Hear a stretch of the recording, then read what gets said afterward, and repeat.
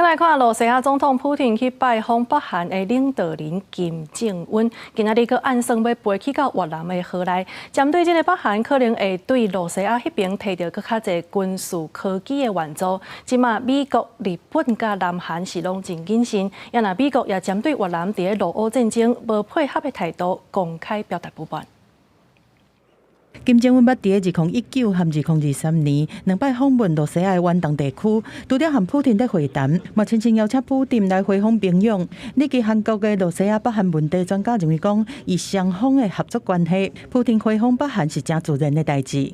这摆和普丁做伙去的，除了新任的国防部长贝洛索夫，还有包括太空总署的署长波利索夫、运输部、卫生部的首长等等。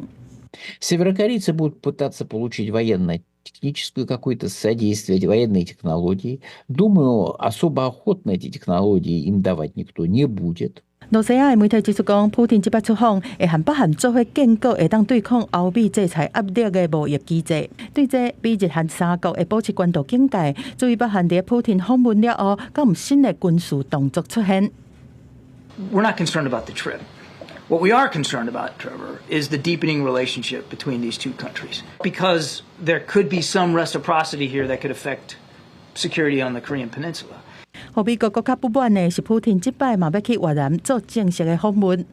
伫金正恩2023年访罗西亚的时阵，美国总统拜登嘛到越南的河内去会见迄当阵的越南总统武文赏。迄当阵美国的算盘都是甲越南诱到欧美阵营来，做伙来围堵罗西亚。但是越南虽然伫美中对立顶悬，和美国是同一个阵线，但是伫美罗之间，河内当局的选择看起来是完全无同。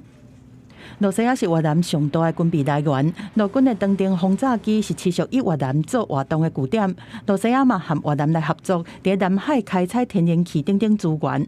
当然，互美方更较不满的是越南，唔但是无去进前伫瑞士举行的乌克兰问题高峰会，佮延前和欧盟针对制裁罗西亚的会谈，要替普丁的来访打造友善的气氛。即马越南的店家内面是一大堆罗西亚乌营养啊，都会当看出这种关系。